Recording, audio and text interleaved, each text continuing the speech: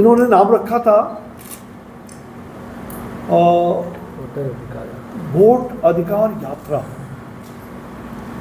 पता नहीं ये बड़े पप्पू और छोटे पप्पू और सारे गप्पू और सप्पू इनके साथी जितने हैं, ये पप्पू गप्पू सप्पू लप्पू जितने लोग हैं, ये विपक्ष के पप्पू,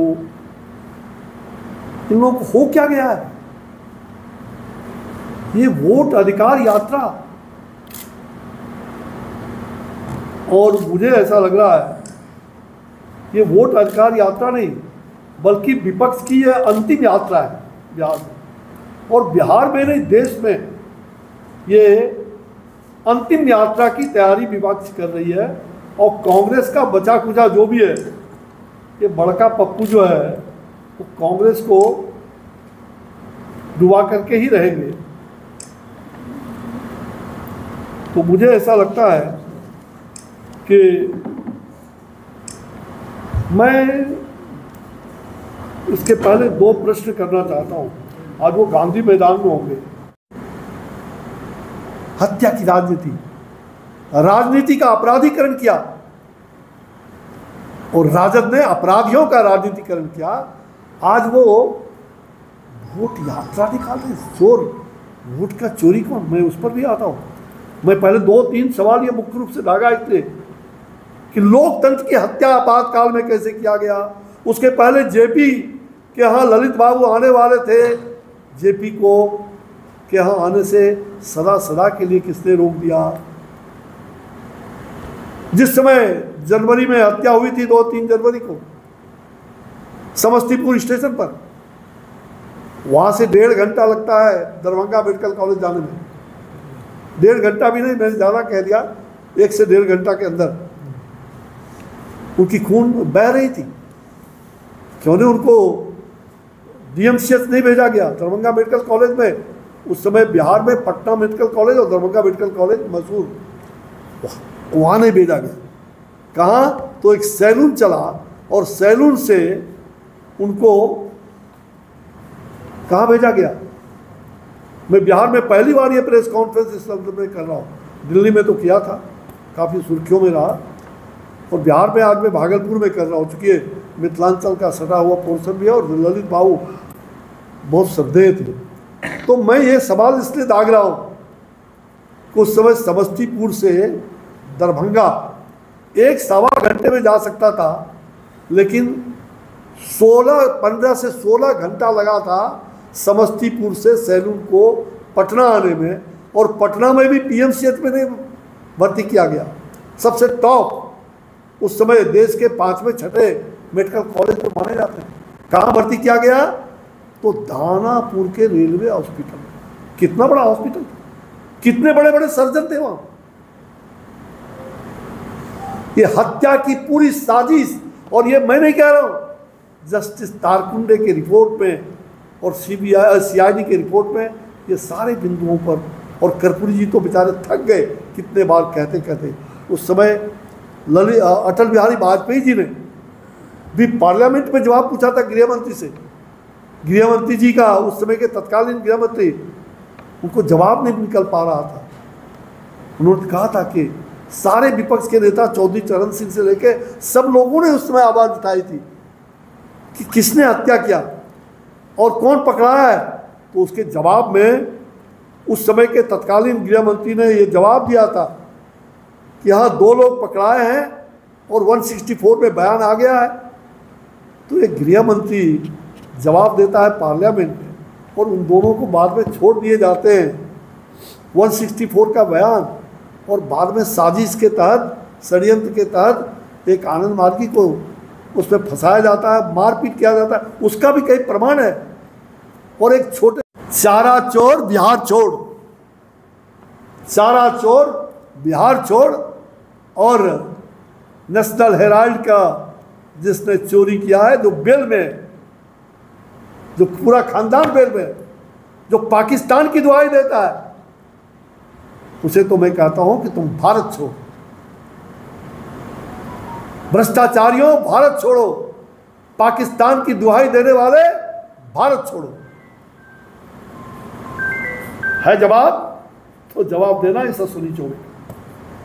शास्त्रार्थ करना हो तो गांधी मैदान तय करो तिथि आज ही। एक एक चीज का हिम्मत है तो आज आपकी माताजी भी जिंदा है, अपने साथ में माताजी को भी प्लेटर में रख सकते हो। और उनके पिताजी जिंदे हैं, छोटे पप्पू के। दोनों गांधी मैदान में आ जाना। मैं दूध का दूध पानी का पानी असेंबली में जब मैंने 12 मिनट का वो भाषण दिया था, जिस समय इन्होंने हंसी मजाक में 74 आंदोलन को और अपनी दुहाई दे रहे थे, एक जवाब भी नहीं हुआ था। एक जवाब नहीं। उस समय के अध्यक्ष से मैंने कहा था ये गीता रामायण तक के कि मैं जो कह रहा हूँ ईमानदारी से कह रहा हूँ। इसका चरित्र क्या है, उस समय क्या चरित्र था नेता का, छात्र नेता, तत्कालीन छात्र नेता का। कि हम लोग जेपी के यहाँ जाते थे, अब बम बाबू के होटल में सीआईडी तुरंत छापा पड़ जाता था हम लोग को भागना पड़ता था दीवार कूद करके। ये चरित्र है। जेपी ने 1 लाख रुपये कूपन का हिसाब, उसमें सबको कूपन बटाया था, इन्हें भी कूपन दिया गया था, कूपन चट कर गए। भ्रष्टाचार तो उसी समय थे। और जेपी ने किसको मीटिंग से उठा करके बाहर किया था, सबके सामने, बाहर जाओ, चले हो कांग्रेस के भ्रष्टाचार के खिलाफ लड़ाई लड़ने, और 1 लाख कूपन का हिसाब नहीं दिया। ऐसे लोगों से मैं कभी, ऐसे लोग कभी छात्र आंदोलन नहीं कर सकते, आप बाहर जाओ। और उनको अपने कमरे से उस समय निकाल दिया था रात में। वो दिन भी मुझे याद है। और किसके बारे में कहा, मैं उन्हीं के बारे में कहा, तत्कालीन छात्र नेता, पटना विश्वविद्यालय के अध्यक्ष थे। मेरा जवाब दे देना अगर हिम्मत है तो। मेरे पास एक एक प्रमाण है। और मुझे इन्होंने उस समय कहा था और बाद में वो करके दिखाया।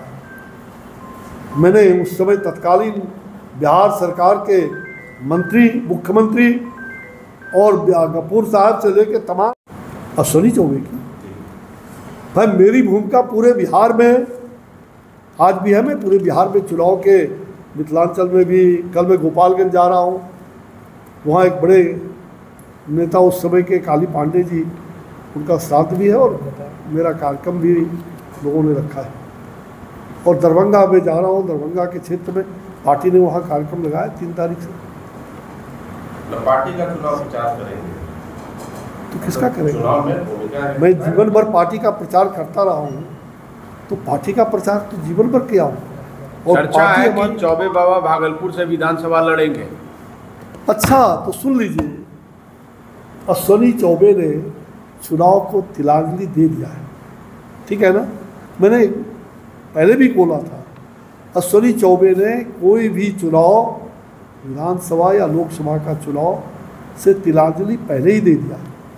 अश्विनी चौबे अब इस चुनाव में पार्टी का अंतिम दम तक, जब तक मेरा दम रहेगा, पार्टी के लिए जीवन भर समर्पित रूप से काम करते रहा हूँ, आगे भी करूँगा। और चुनाव की राजनीति को थोड़ा अलग हट करके मैं बृहत्तर राजनीति,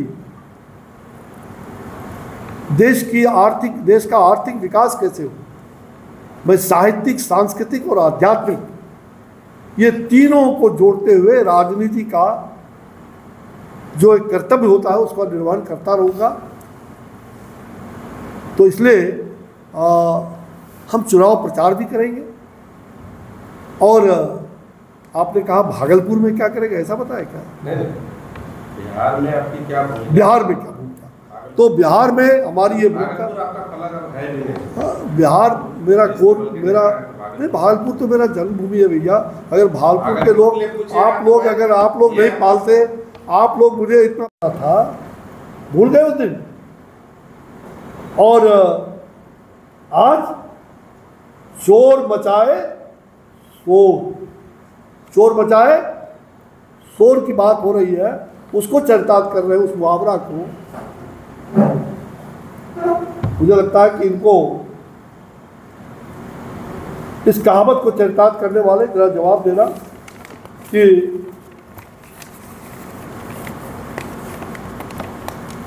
और मैंने पहले कहा कि क्या चाहते हो बिहार को? है? ये बिहार के लोग बुद्धू नहीं है, बिहार के लोग मौके पर जवाब देते हैं। तो तानाशाह का भी जवाब देंगे, भ्रष्टाचार का भी जवाब देंगे, अंबेडकर साहब के उस लोकतंत्र का हत्यारे का भी जवाब देंगे, आपातकाल का, एक एक चुन चुन करके। और मैं इसके लिए पूरे बिहार में यात्रा भी निकालने जा रहा हूं, पूरी बिहार में। जो सवाल मैंने खड़ा किया, इन सवालों को हम उनके जहां जहां वो गए हैं और जहां नहीं गए उन जगहों पर भी हम जाएंगे, सवाल खड़ा कर रहे हैं। आज पहली बार मैं अपने घर से, अपने गृहभूमि से ये सवाल खड़ा कर रहा हूं, क्योंकि उनका रैली गांधी मैदान में है, तो जवाब दें। ये रैली और पार्टी के लिए मेरे प्रश्न का जवाब अगर दे देना तो मैं कहूँगा कि सही में आज गांधी जी के वहाँ से मूर्ति से और अंबेडकर साहब की मूर्ति तक गए थे, जिनको अंबेडकर पर कोई विश्वास नहीं, अंबेडकर जी का कोई भरोसा नहीं। पूरे खानदान ने अंबेडकर जी को लोकसभा नहीं जाने दिया। आज अंबेडकर जी का वो संविधान का किताब लेकर के बड़का पप्पू घूम रहे हैं और कहते हैं लोकतंत्र का दुश्मन हत्यारा कौन, वो हम पर आरोप लगा। आज मैं दो सवाल खड़ा करना चाह रहा हूँ। हम बिहार आंदोलन के 74 आंदोलन के सेनानी रहे, मेरे मन में आज भी टीस है कि सन 74 का वो जन आंदोलन लोकनायक जयप्रकाश नारायण जी के नेतृत्व में हम लोगों ने वो आंदोलन किया था। और सौभाग्य कहिए या दुर्भाग्य कहिए कि उस आंदोलन के प्राथमिक चरण में, बिहार आंदोलन के उस प्राथमिक चरण में, ये छोटका पप्पू जी के पिताजी, जिनको आप सब लोग जानते हैं कौन सा सम्राट, तो 74 आंदोलन में छात्र नेता के रूप में थे और पटना विश्वविद्यालय छात्र संघ के अध्यक्ष के रूप में उनको सुशोभित किया गया था। विद्यार्थी परिषद और समाजवादी जनसभा का